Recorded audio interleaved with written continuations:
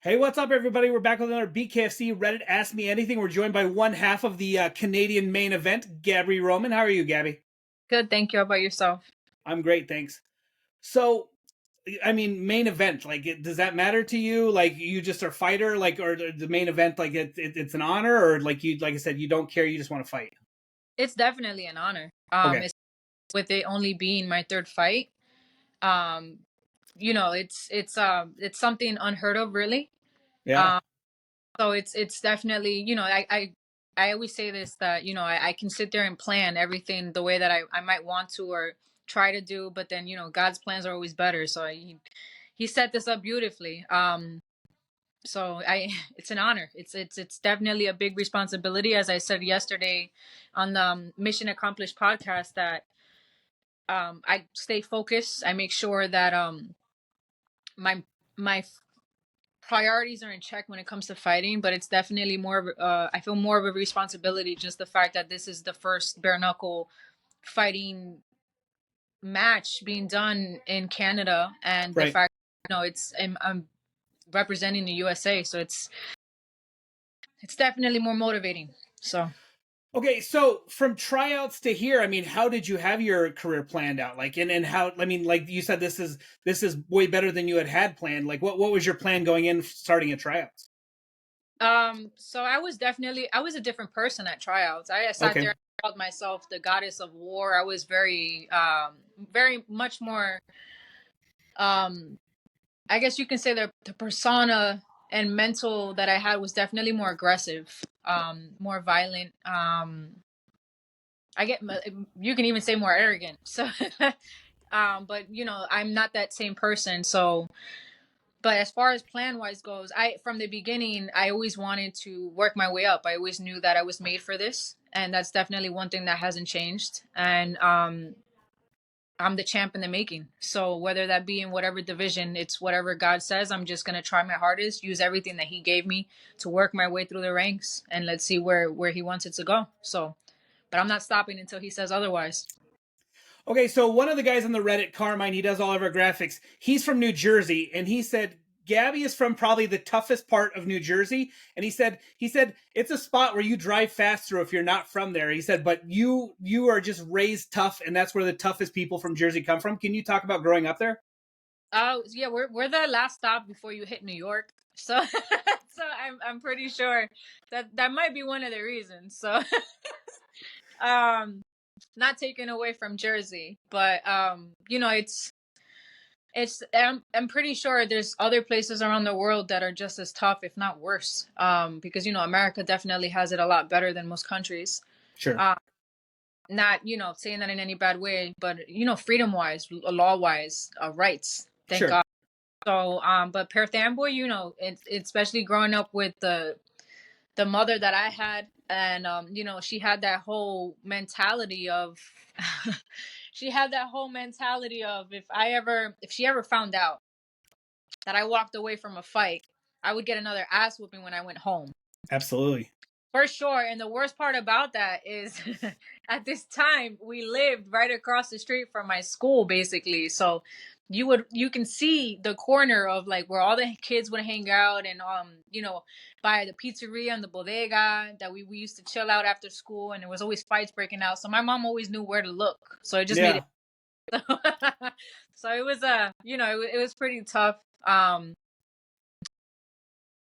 Among other factors and circumstances, I was always fighting. I was always fighting, whether it be for my family or my friends or myself. Fighting out of just stupidity, pride, misunderstandings. Definitely a lot of misunderstandings. Me being a grown woman now, understanding. Sure. So it's something that I'm used to.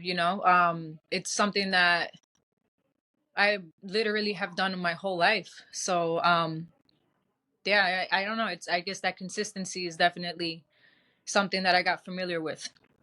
Okay, so we've talked to other fighters. Do you remember the first time that you punched somebody in the face out of like your first street fight? Do you remember that fight? Yeah, but it wasn't a street fight. It was with my stepfather. Oh wow. Yeah, I remember Oh the first time I punched him, and it was because he was fighting with my mother. yeah. Yeah. So I mean, you don't have to get in that story, but I remember.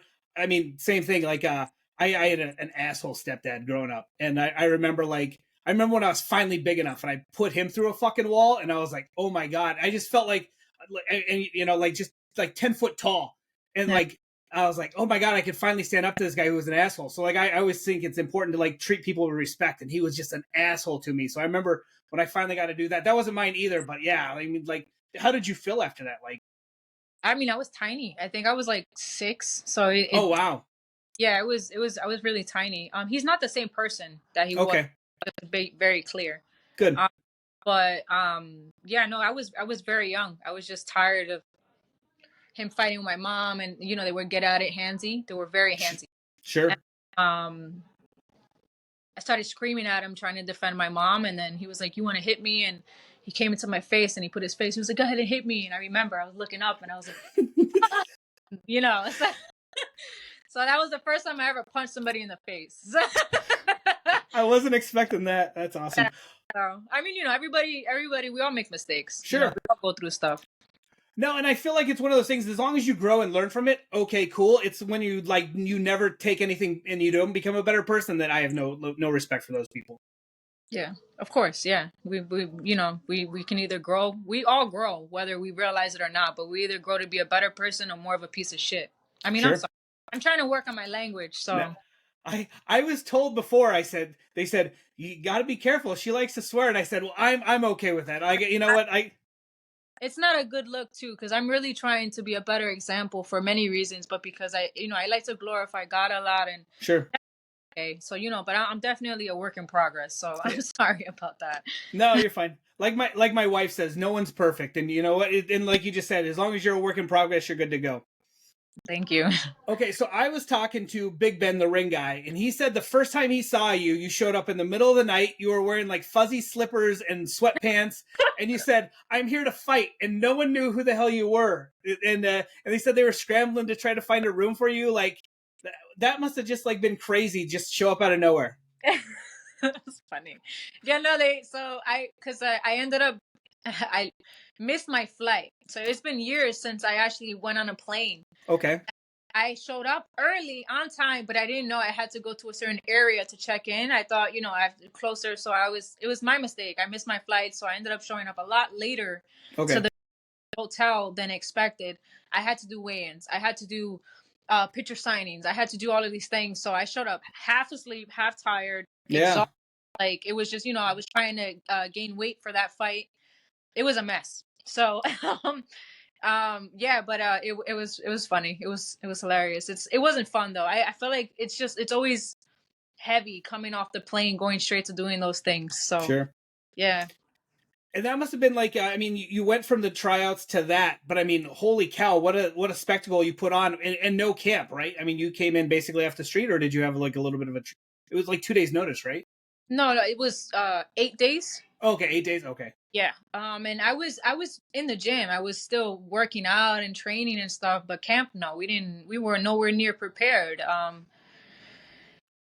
My team was fearful. They were scared. They didn't want me getting hurt. Sure. So really, and some of the head coaches weren't around during that time to really give the okay, which is, and I constantly say it, which is why I went there without a corner, because I was taking that fight. There was no way that I was missing that opportunity. Sure. I begged Jules for an opportunity, and and she gave it to me. So there was no way I wasn't gonna take it. So yeah, no, and then she gave me that call, and I was like, yeah, and then she told me the weight, and I was like, oh my goodness. I don't care, I'll start packing on weight right now. And I was trying to think about what's the smartest way so I don't set up myself for failure, to be able to like move around still without being so sluggish and like sure. But yeah, no, I was ready. I'm still like, at the end of the day, I just remember, like I said, I know God built me for this. He made me for this, and that's I'm ready. I'm here for it all, winning or losing. I'm here for it all. Okay, so speaking of Jules, she sent me a question to ask you. She would like you to tell us about your boxing shorts for your first fight and your hair. Yeah, my boxing shorts was given to me by Jules. So I came last minute, no corner nor nothing. I was a mess, dude. Like I didn't have nothing. Like so I didn't know what to expect, and it was such a big venue. It was like it was from the streets to like I don't know, like one of the biggest freaking UFC fights like scheduled for that year comparison. You know what I mean? Because we Hmm. had it was huge. It was nuts, and I didn't have anything. So Jules was trying her hardest to run around to just get me all these things. I didn't have the correct shorts for it. I had Muay Thai shorts, Right. and so she got me. She said that they were an ex champs, an ex champion or ex like a really well known boxer. Oh, And I cool. remember they got really bloody. I don't know what happened. I mean, so serious. I have no idea what happened to this. I gave them back, but I don't know where they are now. Yeah. My hair got braided by one of her friends. Hold on, give me a second. Budge. Jessie. I forgot her name. She was like she's a very big known influencer. Okay. So one of Jules' friends, and I guess she used to braid like a lot of people's hair. That was one of the things that she was known for, and she hooked me up. She hooked me up really good. But yeah, no, Jules came in clutch in that whole fight. So she was just like, "I got you. We'll find you this. We'll find you that. We'll find you that." She even got me a corner. So Yeah. so she definitely took care of me that fight. Okay, so take this the right way. So right now you're Gabby Roman and you're driving the bus and you're 135 and knocking off people and you're 115 and knocking off people and now you're going to 125. At what point are you going to pick a lane though and stay like that's the weight class I want to fight in? So like are you comfortable at 115 and 125 or which weight is like your weight? I haven't fought in 115 yet. I know that. Okay. Yeah, I walk around at 125, 130. So I'm Okay. supposed to be fighting at 115. Right. But like I said before, it was an opportunity, so I definitely took advantage of that first fight. And then the second fight again was another opportunity.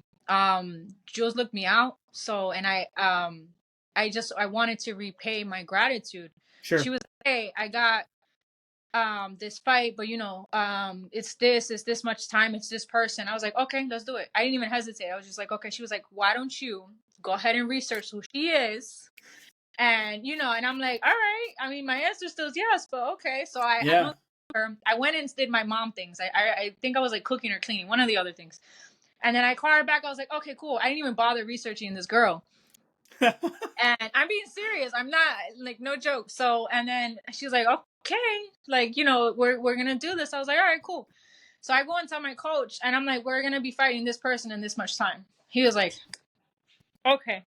So he laughs and he was like, "All right, if you're with it." So he starts researching this girl and then doing all of these things and I'm hearing like, "Oh, she's got like 40 something plus fights." And I'm like, "Okay, cool." Yeah. Like awesome. And then later on I'm like, "Oh, I'm hearing it from social media that nobody wanted to fight her." All of this stuff. I was like, "Okay, well, I'm here for it." Like I'm all right. And I wasn't expecting for it to go the way that it did. But like I said before in the beginning, God has a really funny way of setting things up. So it happened the way that it did. We got a TKO in the first round. And now we're here. So I was hoping to get 115. Sure. Um, but then then my manager calls me with this opportunity to fight Jad, and Jad is I keep saying this because I mean it with everything in me. She's a dog. Absolutely. I remember watching her fight before. I didn't even know I was going to be again fighting in this division. I never thought in my mind, but I always knew that I wanted to fight. There's certain women I want to fight Okay. out of my weight bracket because they're dogs. They're freaking monsters, and that's what I'm here for. Sure. But I wasn't expecting to do it so soon. The opportunity presents itself. I was like, "What? Yeah, she's a dog. I'll do it. Yes, let's just do it." And so now we're here. Now we're gonna fight her. But as far as like staying in what weight bracket, I don't know. Like I don't mind doing this. Like I don't. Okay. Um, as long as it makes sense, because it's hard for me to try to work up my way in rankings when you're jumping from one division to another. Absolutely. And but let's see. Like I said, I'm not sure if it's good for my career. If obviously the money is right, Mm-hmm. I don't fear anyone but God. I fear circumstances and things, but as far as persons, no, it's not happening. So I'm with it, and like I don't like fighting tomato cans. I don't like fighting women that I know I can abuse. I would never want to hurt someone. Sure. I've said this before too. That's like when you You're fighting someone you know you can beat the crap out of. It's like fighting you like a drunk person trying to fight you. Like you're like, what? No, like get just Sure.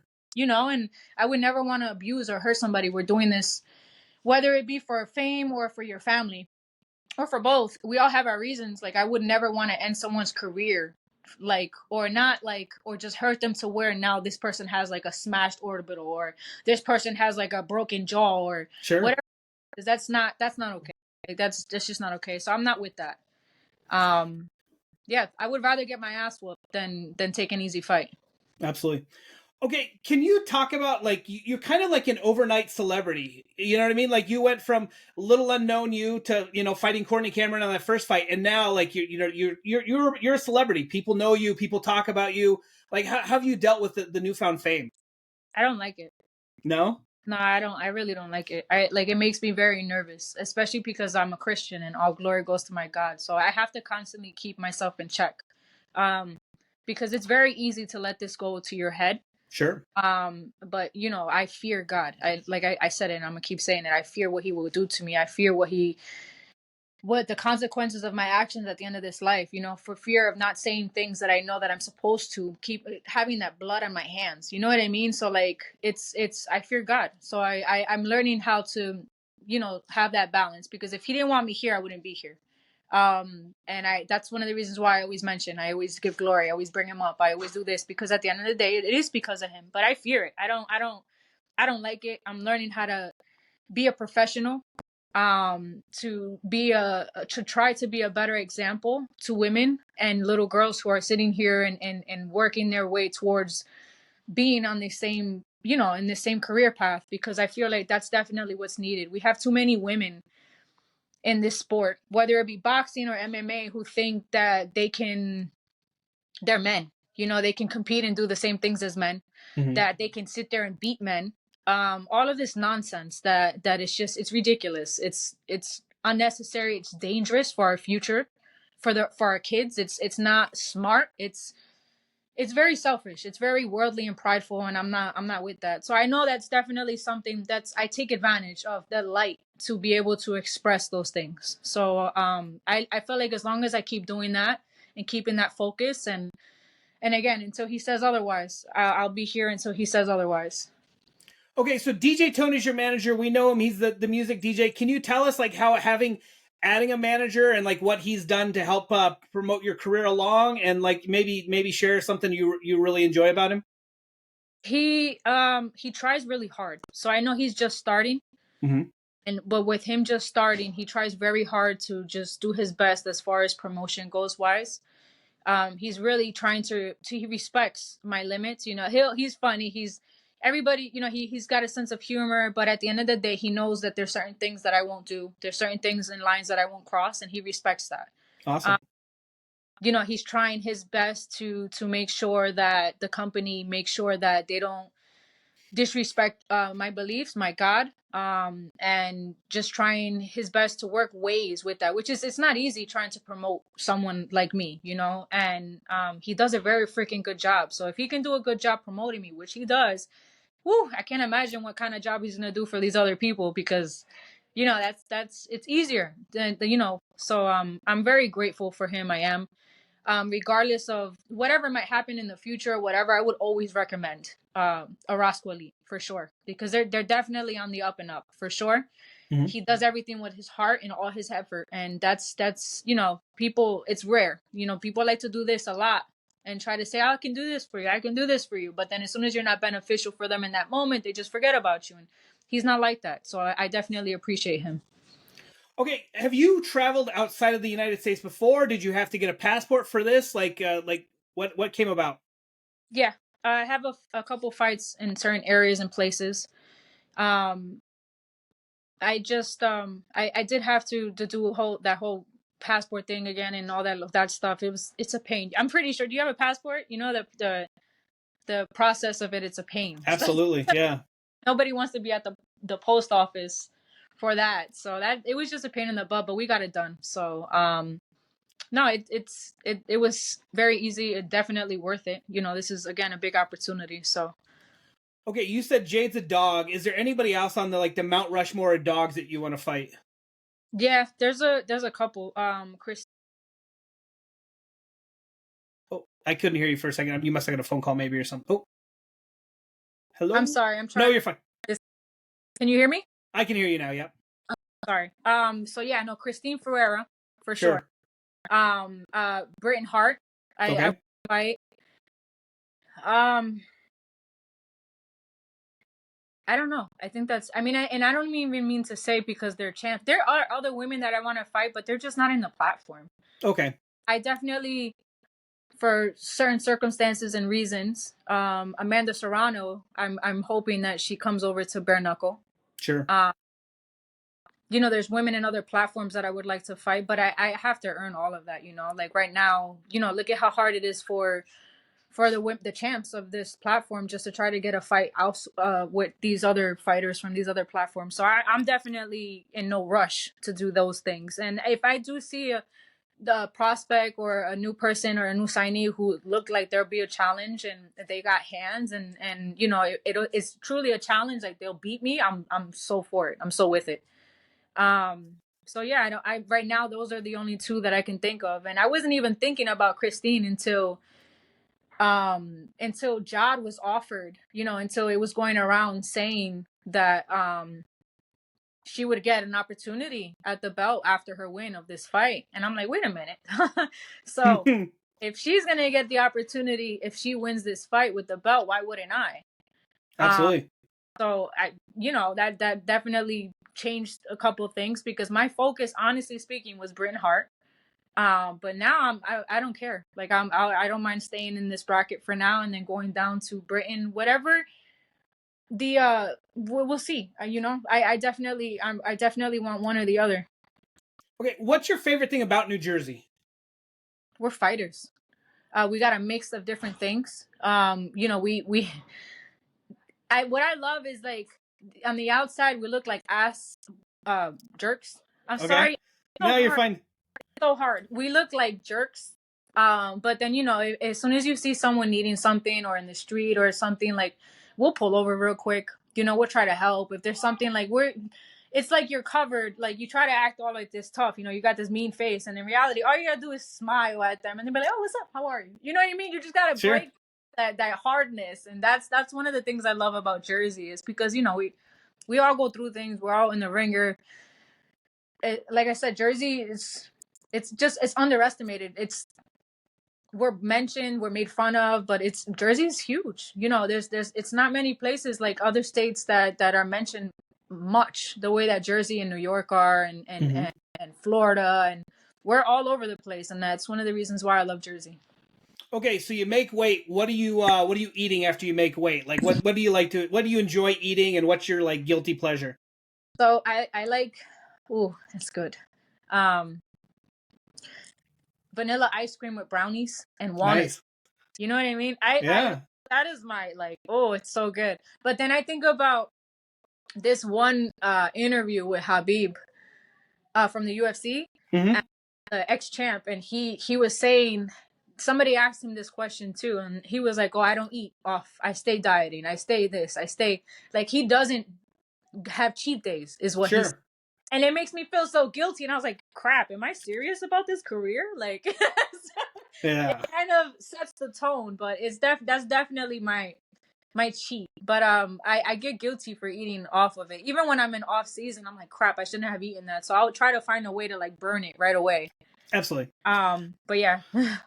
Yeah, I feel like it's one of those things. Like, I feel like if you don't have a cheat day, then like, what fun is it? You know what I mean? Like, there's so much good stuff out there. Like, if you don't allow yourself to indulge every once in a while, like you're kind of gypping yourself. Yeah, for sure. Yeah.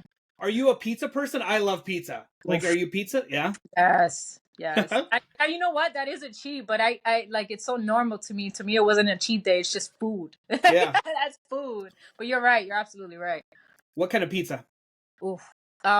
So there's this one spot here by where I live. They put like this honey, and my mouth is watering just talking about it. So they put this honey with pepperonis, and like it's just like it's freaking heaven in your mouth, man. Like I can eat a whole pie by myself, and Oh wow. yeah, it's so delicious. And then there's another spot, I forgot the name of that spot. Then there's another spot whose crust is like freaking perfect.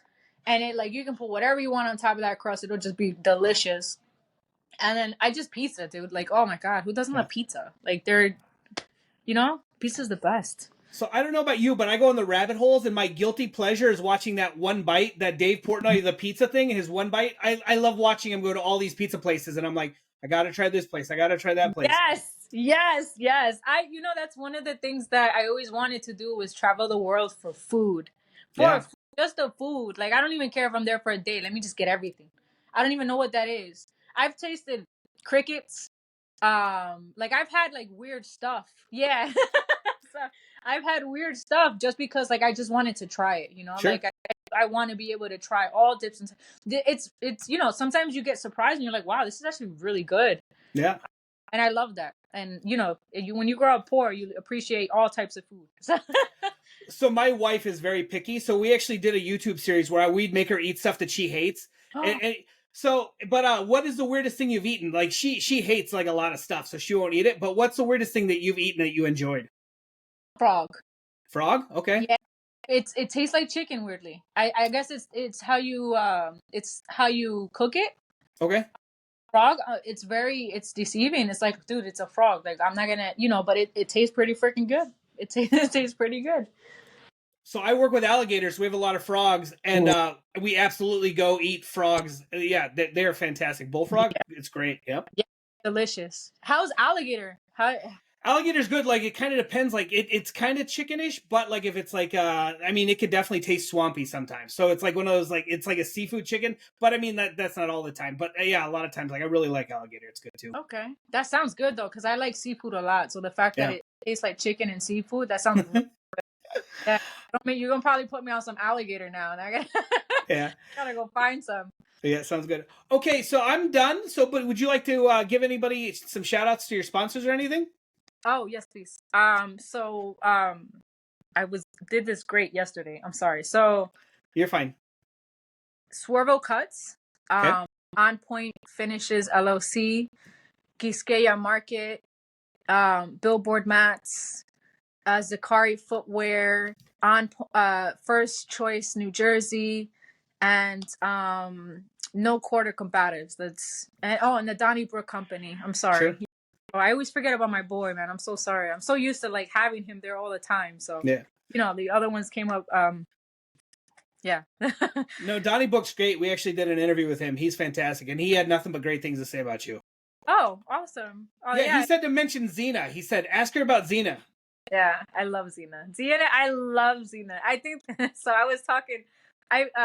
Online, my manager posted something, and I put a poster. I put a GIF of Xena. He was like, "Dude, we should call you a warrior princess, Jersey's princess warrior." Or I'm like, "Oh my god, I love that." I was obsessed with Xena growing up because she was she was bad in the beginning. She used to be an assassin. She used to kill, like whatever the case is, and then she decided to turn her whole life and use her badass skills to fight and protect and defend people, and to like, and I love that about her. I love the fact that she was a woman fighting and she whooped butt, like, and she used it for good. So I'm still a huge fan of Xena. Awesome. Okay, so I'm not gonna lie. So I watched when you first came into the thing. I watched some of your interviews, and this new Humble You is such a nice. Like you were like, I can tell the change that you put towards your image and stuff, and you are fantastic. Like I can tell a 180 that you've done, and you are fantastic. And I wish you nothing but success. Great job and all that. It's not me, man. It's God. If it wasn't for God, I'd still be a selfish, arrogant piece of crap, like straight up. So, yeah. Well, thank you so much. We look forward to talking to you again, and best of luck in Canada. Thank you so much. Thank you for the interview. I appreciate the time. Sure, Thank you. Sure. Take care.